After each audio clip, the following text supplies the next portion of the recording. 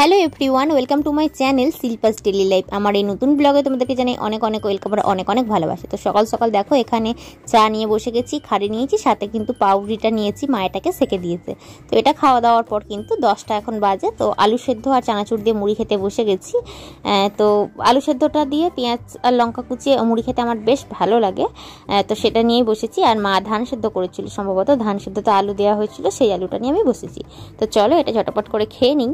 তো তারপরে দেখো স্নান টান সমস্ত কিছু কমপ্লিট হয়ে গেছে। এখন আমি ভিডিওতে ভয়েস দেবো আর ও আমার কাছে বসে বসে শুনবে, তাই তো? তোদের আজকে কি রান্না হয়েছে বলে দে। হ্যাঁ, আজকে মাছ হয়েছে, চাটনি হয়েছে আর ভাত হয়েছে। আমের চাটনিতে খুব ভালো ভাত খায়, ওদের আজকে আমের চাটনি হয়েছে। চলো আমাদের এখন, কিন্তু আজকে আর দই নেই। ও টক দইটা খুব ভালো খায়, মিষ্টি দই খায় না। কালকে দই ছিল, তুই যে বললি কালকে দুটো দই আনা হয়েছে, একটা আছে। আমি খাইনি, ঠাম্মা খেয়েছে। ঠাম্মা খেয়ে দাদু খেয়ে ফেলেছে, তোর জন্য রাখেনি। তাহলে কি তুই আজকে আমাদের দই খাবি? আমি একটা খেয়েছি আর ঠাম্মা একটা খেয়েছে আর দাদু একটা। আচ্ছা ঠিক আছে, চলো এখন আমরা একটু শুয়ে থাকি, ভিডিওতে ভয়েস দিই। তারপর দেখো এখানে দুপুরের খাবার খেতে বসে গিয়েছিলাম। এখানে মা কুদ্রই ভাজা, আলু ভাজা বানিয়েছিল, সাথে কিন্তু চাটনিটা বানানো হয়েছিল আর ডিমের ঝোল বানানো হয়েছিল। তো এটা দিয়ে খেলাম। আর বিকেলবেলা এখানে মা কিনে রেখেছিল তাল শাঁস। তো তাল শাঁসটা খেতে আমরা বেশ ভালো লাগে আমাদের, আর আমরা তাল কুঁয়ো বলে থাকি এটাকে।